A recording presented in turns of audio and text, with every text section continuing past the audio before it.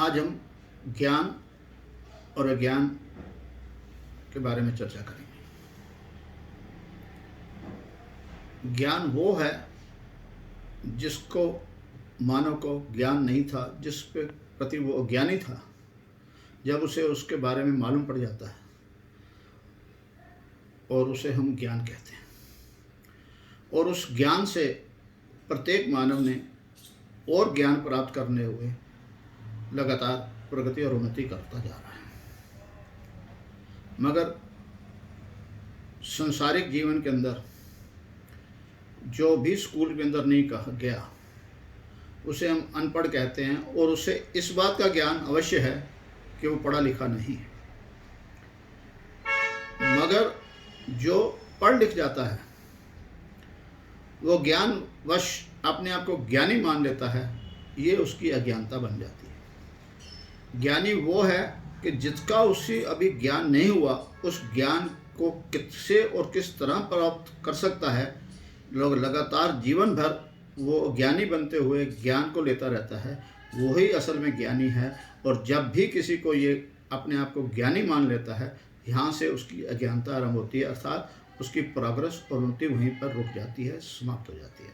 इसको हम एक गणित के माध्यम से समझेंगे।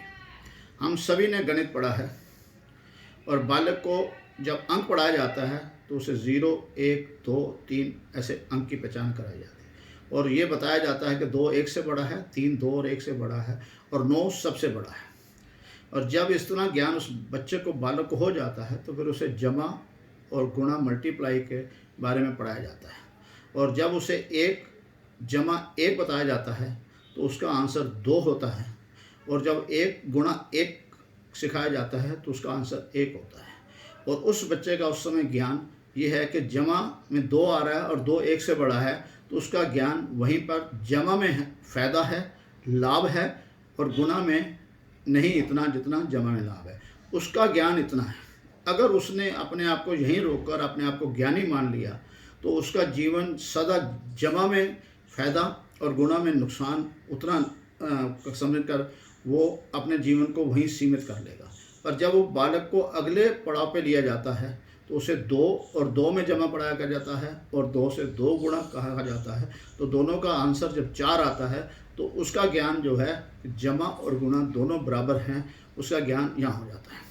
और वो बच्चा जब अगले पड़ाव में जाता है, 3 से 3 जमा करता है और 3 से 3 गुणा करता है, तो 3 और 3 का आंसर 6 आता है, और 3 गुणा 3 का आंसर 9 आता है, अर्थात 9 6 से बड़ा है।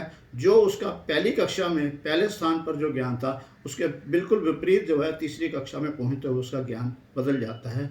और अगर वहाँ पर अब जो बच्चा रुक जाए और अपने को ज्ञानी मान लेगा तो अपने जीवन को उन्नति के रास्ते पे नहीं लेगा। मगर जैसे ही वो बच्चा चौथी क्लास अर्थात 4th क्लास के अंदर अगले 4th पड़ाव पे जाना चाहता है, तो वो 4 को पहले 3 अंकों को 1 के बराबर 1 लिखा, 2 के बराबर 2 लिखा, 3 के बराबर 3 लिखा। मगर चौथी क्लास के अंदर 4th स्टेप में उसने दूसरे 4 को उसके बराबर ना लिखकर उसके सर के ऊपर छोटा 4 बना दिया। जगह भी कम ली, मेहनत भी कम हुई, और Z 256 आ गया। अर्थात ज्ञान जो है सदा आगे बढ़ने के लिए है, और ज्ञान इस बात का ज्ञान हो कि मैं कितना अज्ञानी हूँ, और उसका ज्ञान पाने के लिए वो ज्ञानी है। और यहाँ पर उसकी अवधि रुक गई, उसने अपने ज्ञान को पाना रोकना आरंभ कर लिया, तो उसका ज्ञान वहाँ सीमित हो गया, अर्थात उसके जीवन की प्रक्रिया वहीं रुक गई। और जीवन भर वो दूसरे को, जो नादान, जिसको पहली कक्षा था, उसे नादान या मूर्ख कहता है, ये भी अज्ञानता है। अर्थात वो वहाँ रुक गया था, तो आगे चलता गया, और ऐसे ही तेरे से भी आगे कोई जाएगा। ज्ञान बहुत है, और प्रकृति के नियम के अंदर इतना ज्ञान है कि एक व्यक्ति विशेष उसका ज्ञान एक जीवन में नहीं पा सकता। इसलिए सामूहिक रूप में हमने ज्ञान प्राप्त करना है, और एक दूसरे को सहयोग करते हुए कभी भी ज्ञानी ना समझकर हमेशा अज्ञान बन के रहना है, और ज्ञान बढ़ता रहेगा। यही मानव के समाज की उन्नति और प्रगति का एक मूल कारण है। आप सबका बहुत बहुत धन्यवाद।